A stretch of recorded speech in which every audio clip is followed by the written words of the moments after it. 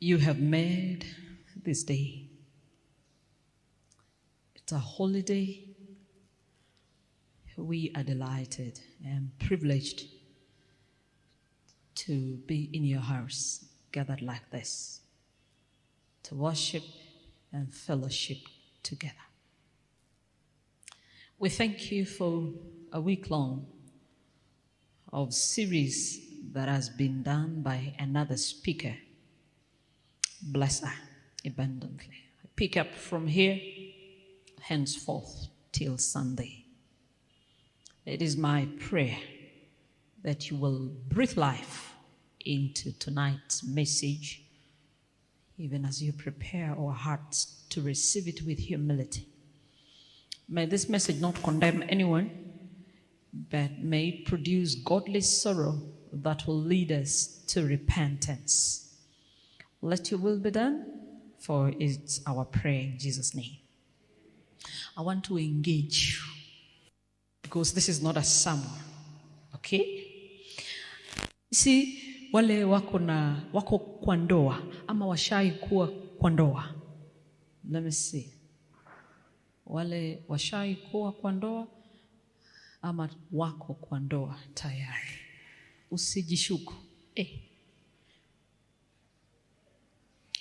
Wale hawajaolewa, hawajaoa.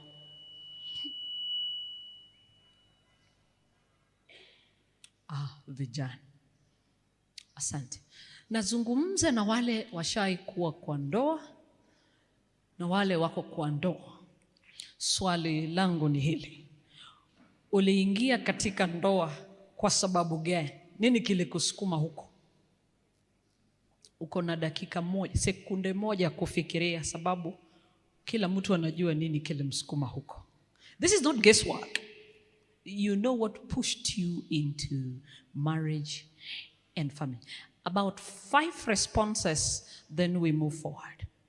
Until you understand the purpose of marriage and family, year in, year out, we will keep on having these kinds of series, and it does not help us. Our young people will get into marriage.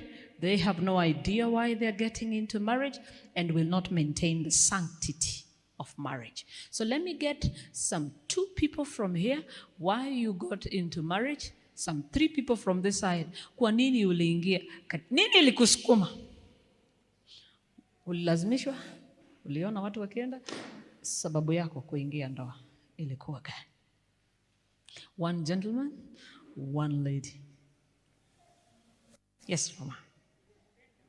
Ulimpenda. Ukampenda, and you wanted a companion to stay with. Bado unampenda? Anakupenda? Asante. 1 brother. Ukaoa kwa sababu gani? We only have 3 brothers here on this side.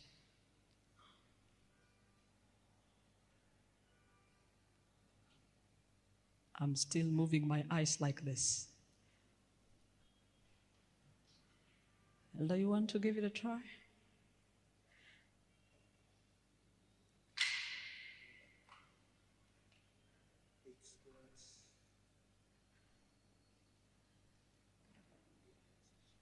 Mungu ndiye alianzisha.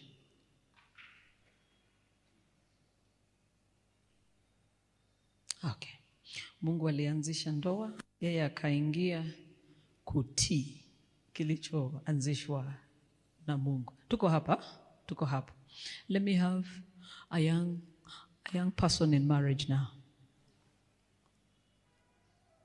1 man, 2 women. Yes, my God. You found yourself there. I like your sincerity. Lejipata tu. Na unaendelea. Unasukuma. The Lord we say, go right or there. Napigana nayo tukisonga. Yes, let me have 2 ladies from here. Yes, mama. Ukafika miaka ya kuolewa. Hiyo ni miaka gani? 22. Usishtue watoto hapa. She was 22. 22. Yeah, I got married at 21, so don't be shocked. You might have gone so late. I went so early. So, kaona ni miaka ya kuolewa, ukaenda. Unataka familia, you got that somebody. Yes. And that's how you started. Now I want a young lady. You concentrated around there. Yeah. Yes. You felt lonely. So you felt lonely. You didn't want to stay at home anymore. They became a bother to you. You just needed someone. Okay. These are interesting responses. Let me have the young people that are not yet married. What do you think would push you into marriage? I have two gentlemen. I have two ladies. I'm asking that. Do you want to get married? Let's start from there. Do you want to get married? Yeah, it's the two of you I'm talking to. You want to get married? Are you not sure? Okay, they want to get married. You guys want to marry? You want to marry? And you? Good. Now I can ask the question. Why do you want to marry?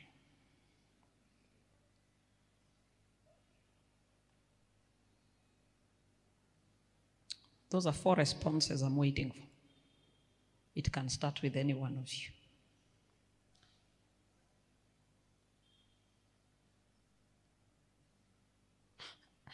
Is the camera on them so that they are marked? That clearly tells me you have no idea why you want to get married. But marriage is beautiful. I pray this subject, the Holy Spirit will lead us into understanding. Not so easy, but I believe the Lord will open the eyes of our understanding. There was war in heaven. You agree with me? Unless we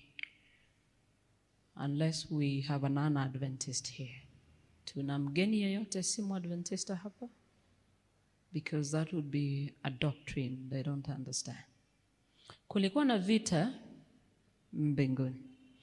Kati ya nani na nani? Kati ya Yesu na nani? Na Lucifer. Lucifer anataka nini? Lucifer anataka mamlaka. Wakapiga vita. Lucifer na thuluthi ya malaika. Kristo Mikael na thuluthi mbili. 2/3 is thuluthi mbili, is it? Ya malaika. The war raged, but it ended with Lucifer being expelled from where? From heaven. Mpaka hapo tumeelewana. Vita vikaishia kwamba Lucifer sasa hana nafasi wapi? Mbinguni. Ametupwa wapi? Ametupwa duniani. Sasa swali linalofuata, ili nipate kujua kwamba mnaelewa ama hatujaelewa. Unafikiri uumbaji wetu ulikuja kabla ya Lucifer kutolewa mbinguni ama baada kutolewa mbinguni? Was our creation after the fall of Lucifer or before the fall of Lucifer? Let me see those who are saying before. No one is killing anyone here. Let me see those who are saying before the fall of Lucifer. Good. Let me see those who think it's after the fall of Lucifer. Let me see. Just be courageous. Hey. Good. So the house is divided. There are those who think our creation came before, and there are those who think our creation came after. Spirit of prophecy will tell us where it all lies. And the minute you understand this bit, you will understand the place of marriage and what? And family. Now, when you study the book Truth About Angels, is there being non-Adventist? I hope not. Get that book. Read the whole of chapter 5. It will enlighten you. Allow me to do a few excerpts from it. Dear tuelewe. Tuelewe. It says this. Chapter 5. Then there was war in heaven. Kulikuwa na vita mbinguni.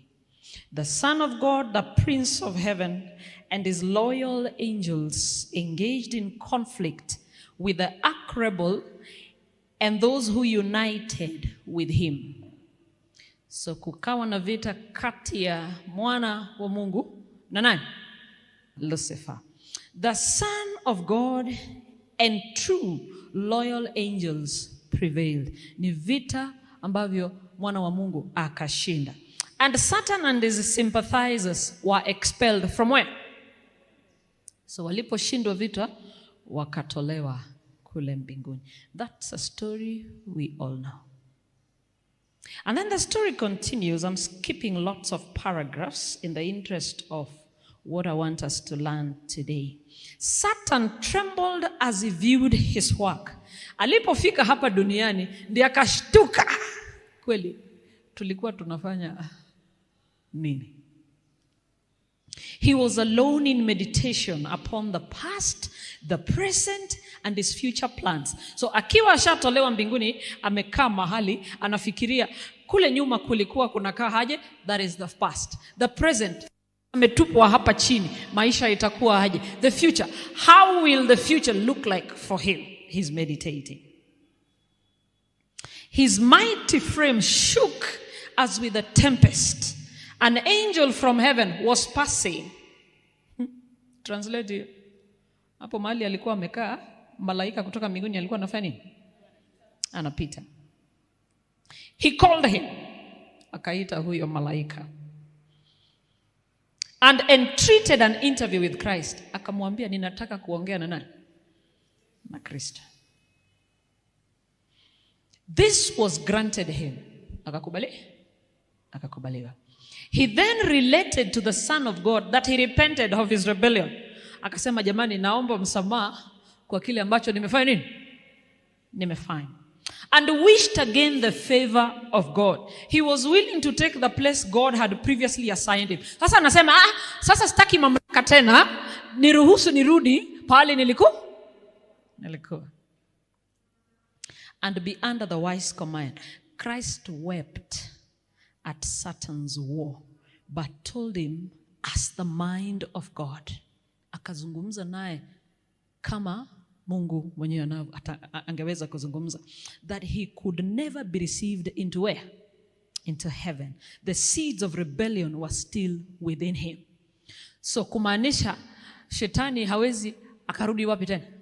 Hana nafasi kabisa. Nimepoteza mtu? Sijapoteza mtu. A few more excerpts.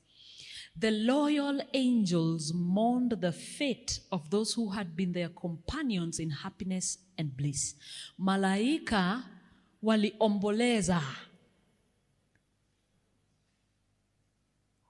kwa kuwapoteza malaika wenzao. And let me tell you, Lucifer could be the devil today. The fallen angels could be the demons of today. But I can assure you, God still mourns that loss to death. And he will mourn that loss eternally. The same thing will happen to us. Those that will not manage to inherit eternal life, God will mourn that loss for eternity.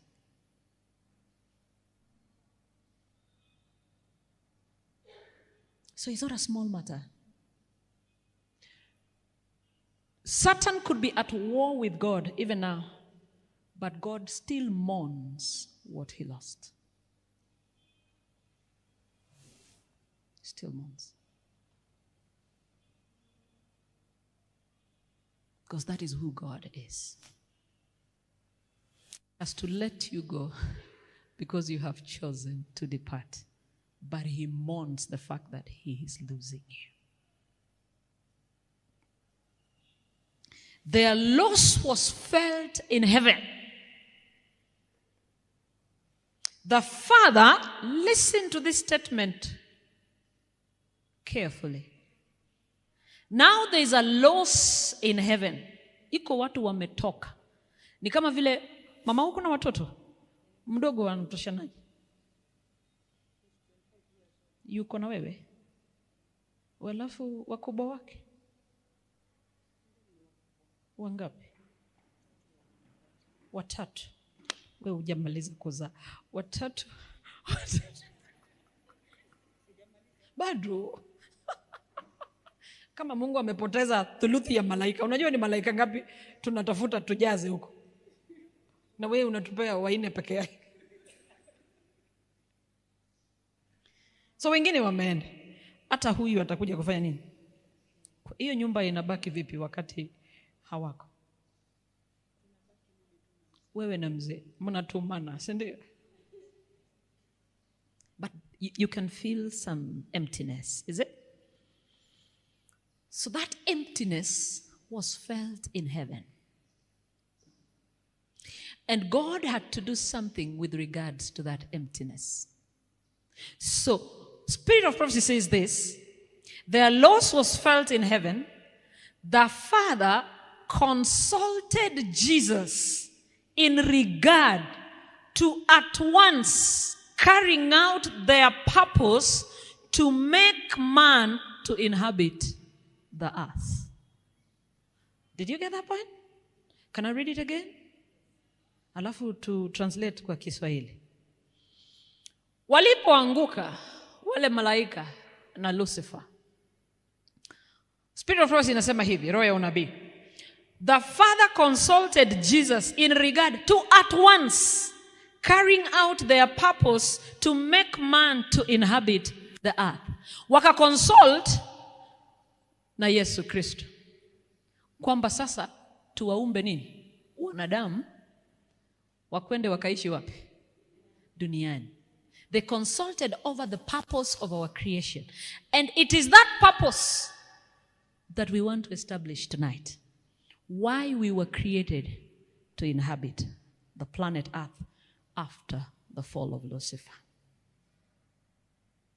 That does not mean that our creation was an afterthought.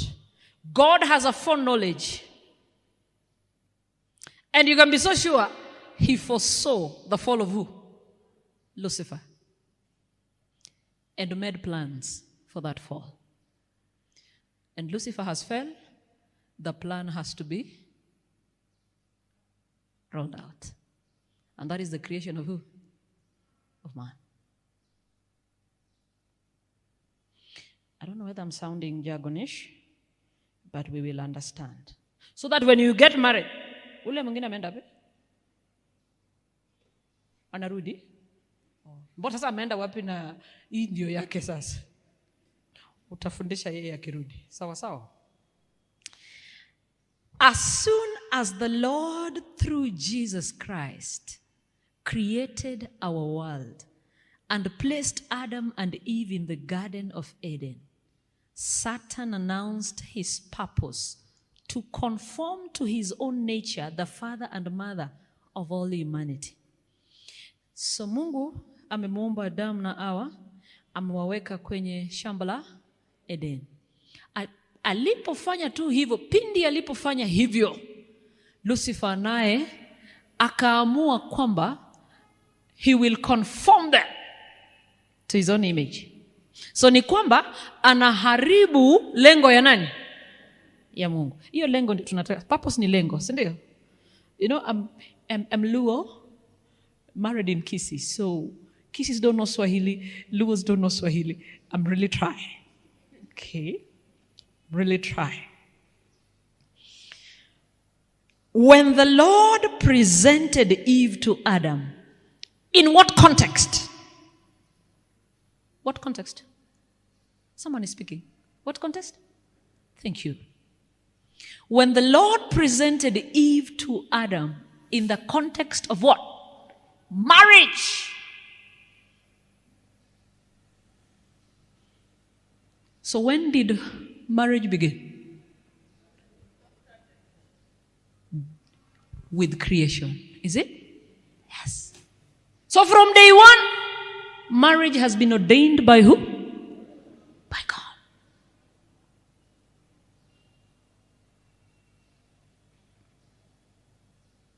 When the Lord presented Eve to Adam, he didn't present Eve to Adam as a sister, but as a wife. And when she comes, Adam says, this is what? Bone of my what? My bones and what?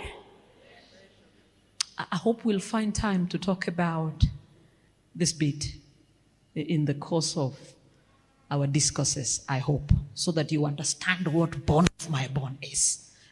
But just to enlighten us a bit, when Adam is saying this is bone of my bone, it means it is his bones that were used to do what? So it means Adam is an extension of who? I mean, Eve is an extension of who? Of Adam. So when you say this is my better half, you better be careful what you say. Because therefore, a woman should come from the what? So tell me, does age matter in marriage? Does age matter in marriage? Because if your wife is older than you, from which bone did she come from? If a woman is supposed to come from the man, then it means the man must first of all be there. There is no way, it beats logic, that a woman exists. Then it is Eve who should have said, bone of my what? My bones. So it is true, age is just but a number. I'm talking to you. But when it comes to marriage, age is a serious factor to do what? To consider. And God made it that way for a reason. And you cannot change it. I meet young people, they say, but we love each other. You will be shocked what love is. Even these people, all of them here, they will tell you they are troubled in their marriages, but they loved each other. They regret it. Do you know how many men told us they loved us? Do you know, before we got married? So many men. In fact, the marriages we are in today, we regret. We say, hata ningekubali Mose anioe. Mali kaa umekaa unasema, kwa nini nilikataa ule mtu? When the Lord presented Eve to Adam, angels of God were witness to the ceremony. Praise the Lord. It was a marriage what? Ceremony.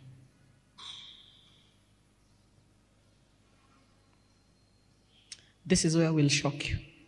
God created man for his own glory, that after test and trial, the human family might become one with the heavenly family. Which heavenly family?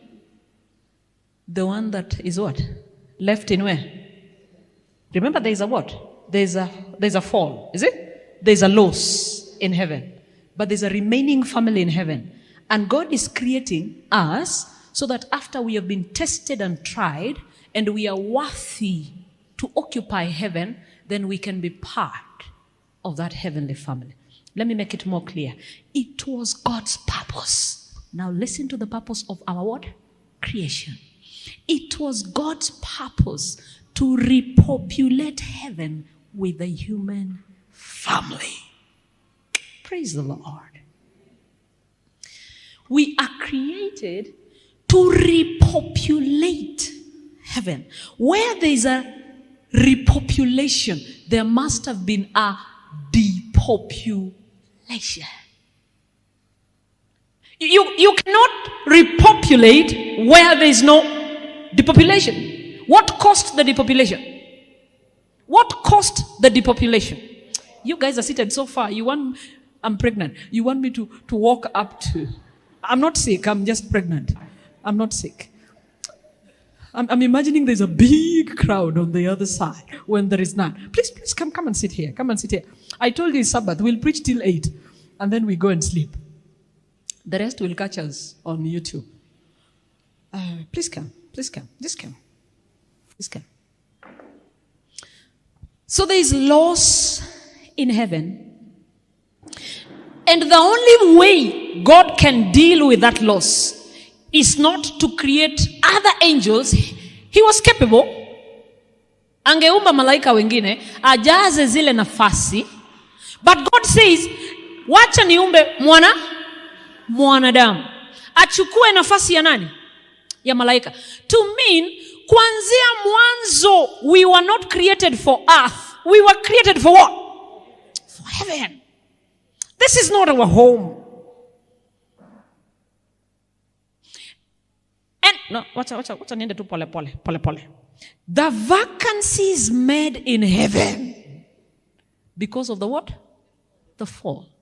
The vacancies made in heaven by the fall of Satan and his angels will be filled by the redeemed of the Lord. I don't know whether you're getting what I'm getting. I might be carried away and jump here. But that makes me happy that our creation is purely for occupancy. In where? In heaven. But I want you to notice something. As God creates, He's creating at the back of His mind, He wants a production of humanity. Is it? Si amepoteza thuluthi moja. Sasa anataka watu wa kujaza hiyo thuluthi moja. So it means hapa duniani is not our home. Earth is our multiplication arena. Tuko duniani kufanya nini? Kuongezeka tufikishe thuluthi moja yenye ilifanya nini? Alafu wewe unatuzalia waine. Unajua thuluthi moja ni watu wangapi wewe? Tunaambiwa there are 10,000s and 10,000s of angels. Alafu wewe unazaa waine peke yake. I have 5. I'm carrying 3 right now. So we are headed to 8. You continue joking. Earth is a multiplication arena. This is not our home. We are here to multiply. And when He creates Adam and Eve, He says, go, multiply, fill the world. The world. To stay here? Why are we multiplying? To take up the places that were left by Lucifer in where? Do you think it's a nice thing? Yes. It's a beautiful thing. Papa siyo kwetu? So this is where it gets juicier, and this is where we'll step on your toes. God has a strategy for that multiplication. And the strategy is, maybe let me ask that question. What is His strategy? What is the strategy that God is using for multiplication? Thank you. Is what? Marriage and family. So if marriage and family is the strategy for multiplication, it means, therefore, you cannot detach marriage and family from eternal interests. Hiyo Kiswahili ni ngumu kidogo. Unajua kuna wale wanaingia ndoa ni kama ni kitu ya hapa duniani. Haina umuhimu wapi? Kwa sababu walisoma kwa Biblia kwamba iko mtu aliuliza, kama mwanamke mume wake amefariki, akaolewa na mume mwingine, 3, 4, 5, wakafika 7. Tukienda mbinguni, wanaume wote 7 wako mbinguni. Mume wake ni yupi? Yesu akasema nini? Wewe wachanga kujoka. Uko mbinguni hakuna nini? Because nia ya ndoa tayari imefanya nini?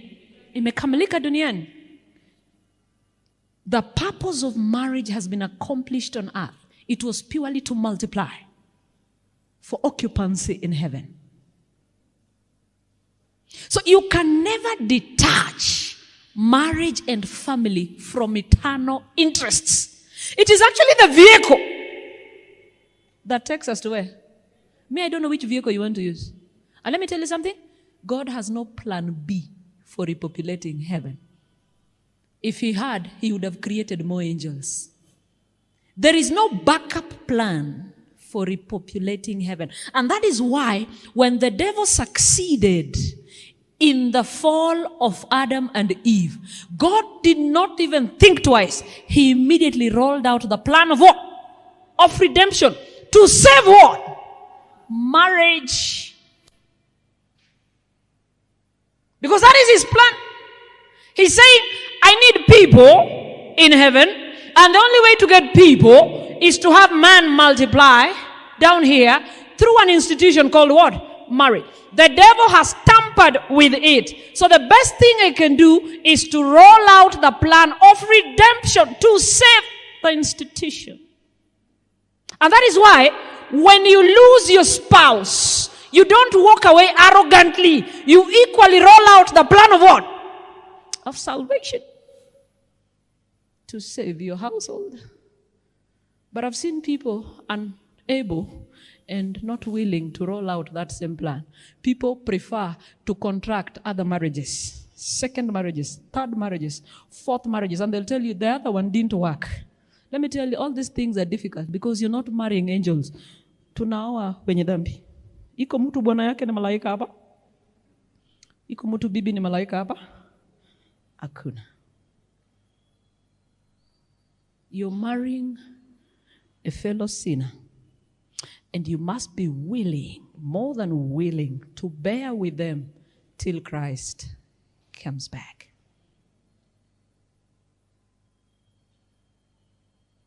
No man has it all. I know she has a strength I don't have. I equally have a strength you don't have. So if Mokoro marries me and leaves me for you, he will find a weakness that is a strength in me. Hakuna mtu ako packaged complete. Iko. Utapata mwanamke sura mzuri na ni mchafu. Huku nje ananukia mzuri sana. Paka mafuta tengeneza nywele. Lakini ukiingia nyumba yake mpaka bedroom ni chafu.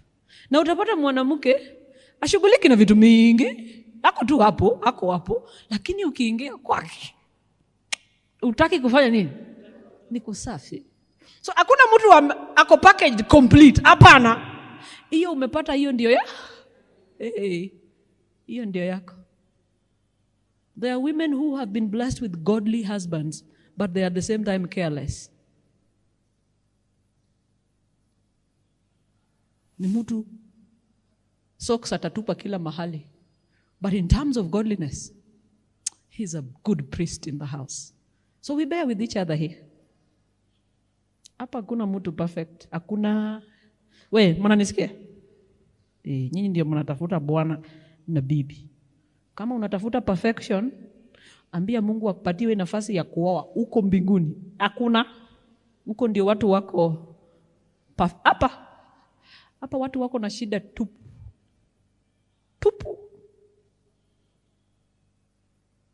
Watu wako na shida tupu. In fact, shida ya mwanaume ama mwanamke haijaanza leo. Shida ya mwanamke imeanza generations ago. And that's why it's important, I tell young people, it's important when you meet a man, understand his genealogy, understand his lineage, understand his pedigree. But people have refused to do a background check on that lineage. What they're interested in is, what is his level of education? How much money does he earn? Which job does he? Those things don't count in marriage. They don't. I can assure you, those of us that are married, education, income, kiango, those things don't count in what? They don't. When the Bible sits, the writers sit and begin to do 1st, 2nd Chronicles, imejaa tu son of what? son of who? No, son. Have you had a daughter? Umesikia iko daughter hapo ndani? Hakuna daughter hapo ndani. Yeah, so Mokoro was the son of a member was the son of blah, blah, blah, blah, like that. Why do you think that pedigree is important? For you to understand whether previous generations are carrying a curse to the next generation or not.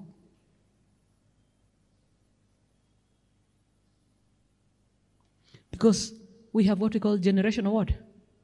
Curses. So that you understand how dark the home you're going into looks like. Not to scare you, but to make you prepare yourself well enough for the spiritual warfare you're about to fight. Otherwise, you'll marry an Adventist here who was singing, like the one I saw singing here. Where is he? He was in a suit. The one there. You see the way he comes and says, tufungue namba sijui ngapi. Say, ule mvulana anajua Mungu. Ukishaolewa, hey! Alafu nasema, mimi tuliolewa kanisani, tukafanya harusi, pastor nani akatuunganisha. Sijui mahali ametoa hii tabia ya kukunywa pombe. Siku hizi analewa, anatembea na wanawake. Hiyo kitu iko kwa generation yao, iko huku. Leo ndio imetokea.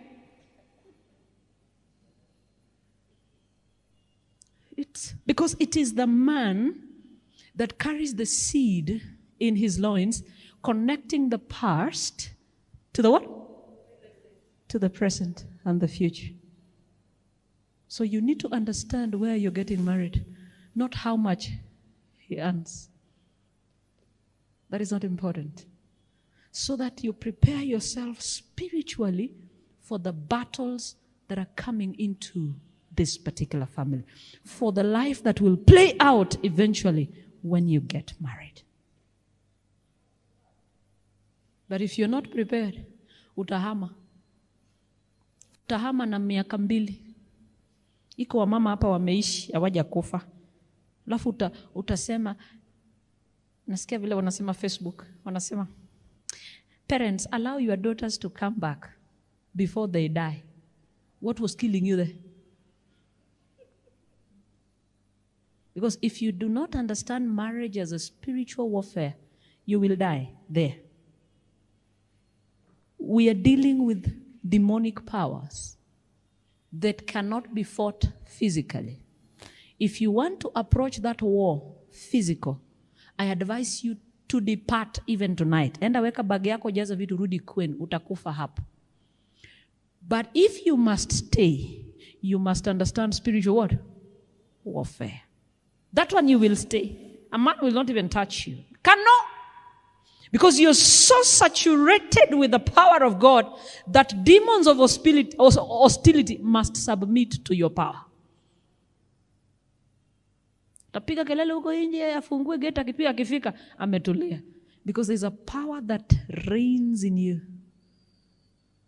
that demons have to submit. When you lack that power, ati uanze na mdomo, umetoka wapi sai? Sai ni sangapi? Nimechoka kukufungulia, atakupiga utakufa. Alafu utawekwa kwa Facebook, ulikufa ama sura imefura. Na tutaanza kucomment, is it a must?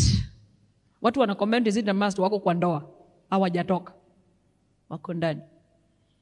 So you need to understand marriage on that note. I don't want to keep you for long. Now that you understand why we are in marriage, do you think there's a reason to quit? Do you think there's a reason to quit? Let me show you further why you cannot quit. And there's no reverse gear. Ati namwacha sababu hajui hata watoto wake wanakula nini. Ndoa sio pahali pa kukula.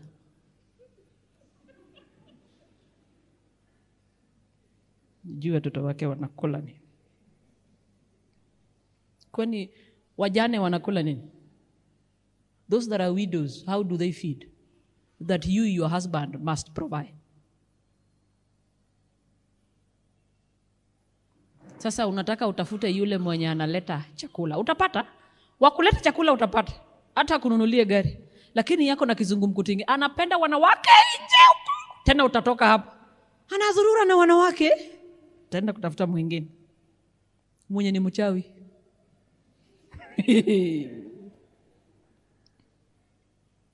Skiza, I'll pick it from verse 13. Malachi chapter 2, 13. I'll pick it up from there. Listen to what the Lord is saying. That is the only one we are reading. And then we go home with that small dose. So tomorrow when you come, you have changed your mind. Are we together? Yes. Don't come back here that you want to quit. You're not quitting. You're not going anyway. And this is the second thing you do. This is Israel arguing with God why they are suffering. So God is also giving an explanation. And this is the second thing you do. You cover the altar of the Lord with tears, like we do. We come here, cry, with weeping and crying. So he does not regard the offering anymore, nor receive it with goodwill from your hands. So God is not even interested in our crying. He's not even interested in our offering. He's not interested at all.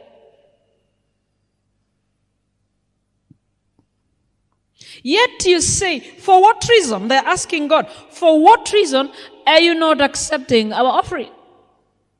Why are we crying and you're not listening? Because the Lord has been witness between you and the wife of your youth. Did you hear that? God is saying, I cannot accept your offering. I cannot hear your cry. Siwezi nikakubali. Offering is what in Swahili? Sadaka yenu. Siwezi nikakubali na siwezi nikasikia ama kuona machozi yenu kwa sababu mimi mwenyewe. Witness is what? I'm translating this thing. Nimekuwa shahidi kati ya uhusiano ulioko kati yako na mke wako wa ujana, with whom you have dealt treacherously, yet she is your companion and your wife by covenant. So God is saying, I cannot hear you because I have seen it with my own eyes. How you have dealt with the wife of you. I'm talking to the man. What is tomorrow's sermon? The buck stops with who? The man. I'm not here to quarrel men. I'm here to speak the word of God. The buck stops with the man. So God is saying, I cannot hear you because I have witnessed myself. I don't need anyone to testify. I have seen it myself. The way you deal treacherously, to deal treacherously is to violate the vow that you have between you and your wife. So God is saying, I have witnessed how you have violated the vow that was between you and your wife. And not just any wife, the wife of your what?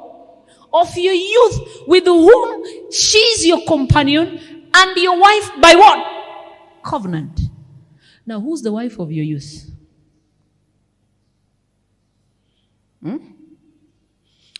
Who's the wife of your youth, Amagina? The first wife. The Luo, we call her Mikai. Do we have Luos here? We have Luos here? Yeah, they're called what? Mikai. We have a saying in Luo that says, Mikai Kiloki. What is Mikai Kiloki? Or you have been assimilated? How do you lose your individuality like that? Have you married? Oh, yeah. You know too much kissy than the Luo, is it? Mikai Kiloki means what?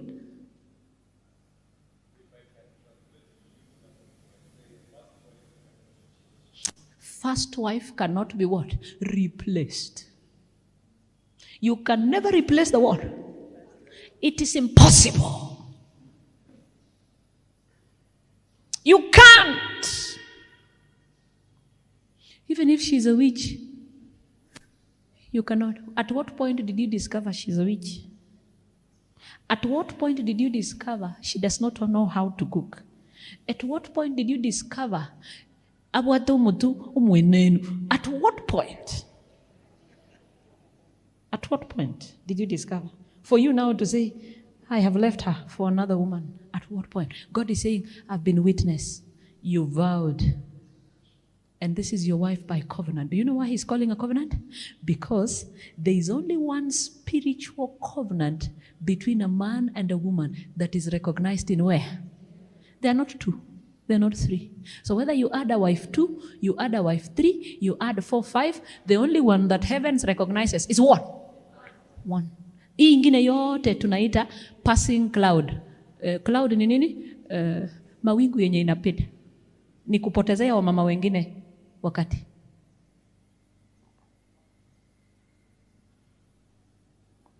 And do you know, biblically, covenants can never be broken.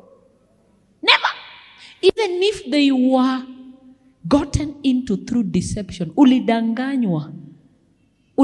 Akakuambia, mimi ni manager Safaricom. Mukafanya harusi.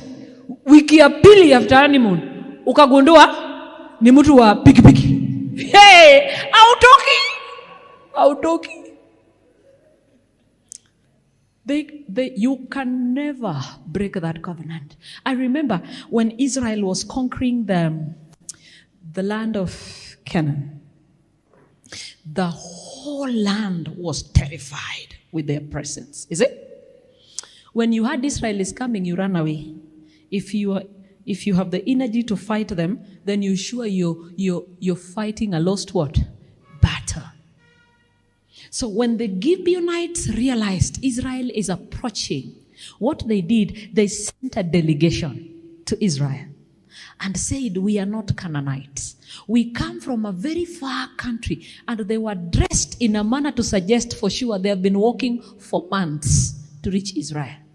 Their wineskins were tattered. Their shoes were now very old. Their clothes, you could tell they have walked for months, a long distance, to get to where Israel was.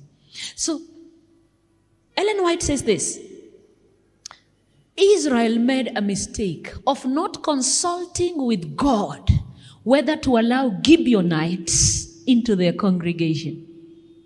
They didn't consult. They believed them that they had come from very far. They are not Canaanites. Because remember, they were not to entertain anyone. They were to kill all Canaanites. So they are there, they said, it's okay, you can be part of us. They continued with the journey. They only went 3 days journey, and they met the city of the Gi. Then they realized, walitudanganya. These guys don't come from far. These guys are actually Canaanites.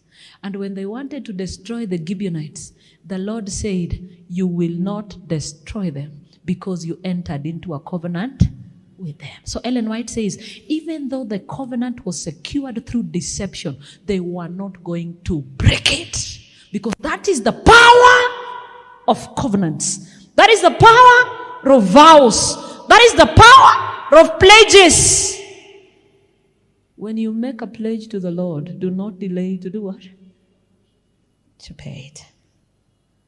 So whether you were lied to, msichana akakudanganya akakwambia ako 25 na wewe uko 30, ukapata kipande yake baada ya harusi ako 38, hakuna mahali.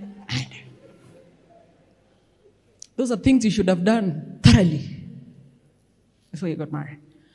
And that is how powerful covenants are. So when you come here to church and make a vow in your wedding ceremony, friends, there is no reverse word.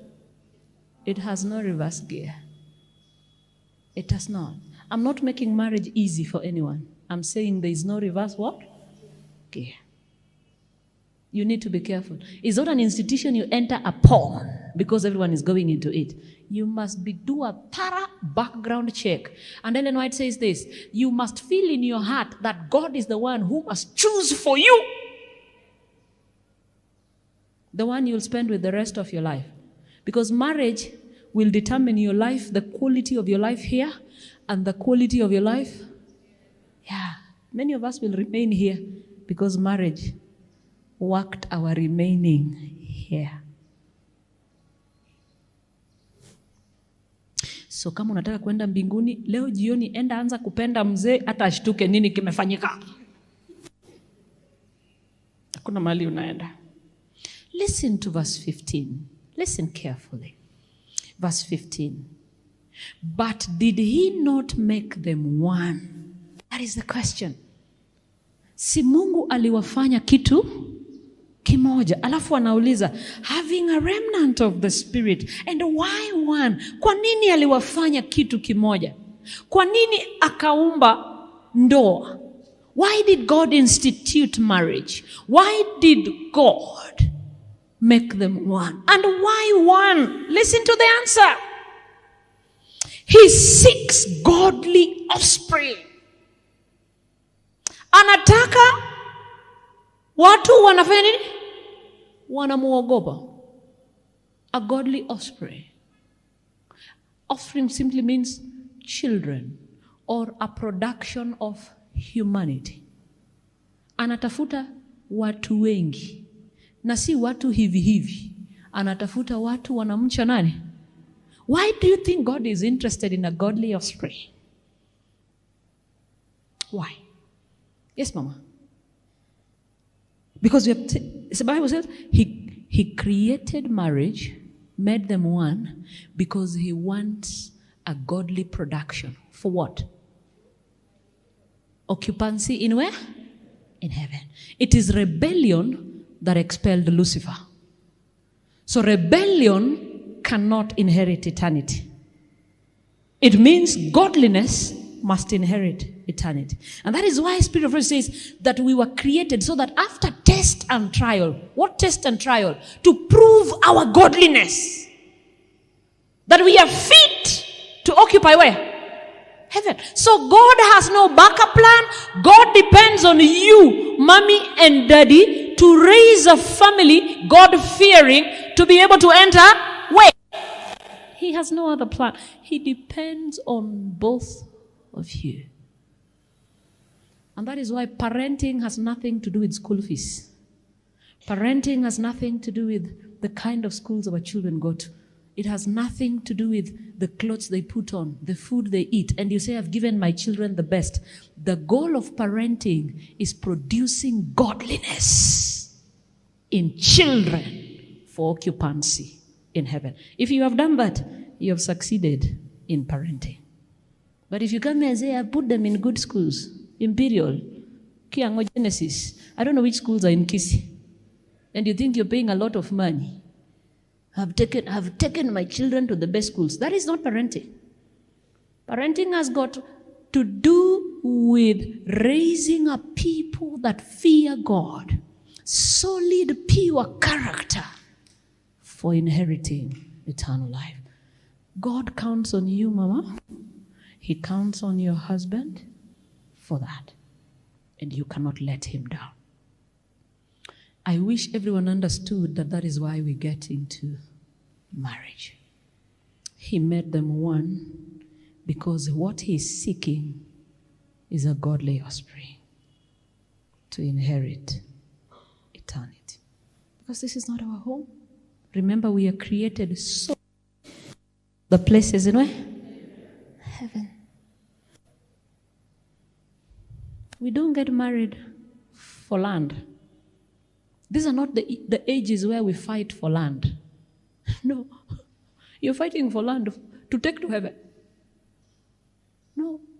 Even those that want an extravagant life, women that want extravagant life, as we don't care, as we know there is a better home that is coming. No eye has seen, no ear has heard, no mind has conceived. So even if we missed out on what you call good here on earth, we know what our Father in heaven has planned for us. Second to none. Second to none. We cannot struggle for the things of this world because the world and the things of this world are passing away. What you need in life is simplicity. Can we put decent food on the table? Can our children dress differently? What is over and above is meant to help other people. So kero mukonya go chenchi chigali na nje tumbo tie gali. You'd rather give me one car. At least God will tell you, when I was walking on food, you gave me a what?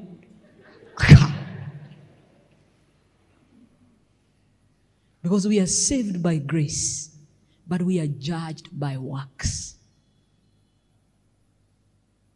Salvation is by what? Grace alone. But our judgment will be based on what? And they are asking, where did we see you so that we could give you address? And he says, if you did it to anyone down there, you did it to who? So it means when you're helping someone, you're actually not helping them. You're helping who? So when you're giving God something, you want to give out a dress. What dress do you give? What dress do you give? Better than the one you do what? You put on. Ministry, women ministry, tuko na crusade, tuko Gembo, leteni manguo tupeleke watu. Alafu mnaleta hapa machanja we. Atikea watu wenye hawana nguo. And some people argue that hii tunapeleka ni mzuri kushinda ile wako nayo. I want you to know today, hiyo unapeleka ni Kristo unafanyia nini? It has to be better than what you have. When you're giving people food, give them the best. When you're shopping for a neighbor who does not have anything, give them what you also use. Sio wewe unatumia tissue Hanan, alafu yeye unamnunulia Don. Ati hawakuwa na tissue nikawapelekea. Unanunua ile unaweka wapi? Kaka. That is what you buy. Otherwise, what you think you're doing is not help. Ni madharau. Madharau. So go home today. I think I've laid the foundation. The rest of the church have watched us on YouTube. Understanding we are in marriage to produce godliness for occupancy in heaven. There are vacancies that were left in heaven that must be occupied by humanity. And not just any humanity, but a godly humanity. You cannot raise godly children if parents are not what? Godly. So the question is, am I godly? Is my spouse godly? Otherwise, worldliness has never produced godliness. Never. Both must be true converts to be able to produce a godly people. May the Lord bless us in Jesus' holy name. I will ask and then let us all rise. Our song, our key song, we'll sing it one stanza. Where are the choristers? It says, "Oh brother, be faithful. Soon Jesus will come." So faithful does not mean that you increase your faith. Being faithful means you doing the duty that you've been called to do. If God is calling us to godliness, then we must be faithful enough to produce that godliness. Why? Because He is soon coming. So He's saying, oh brother, be faithful. Soon Jesus will come.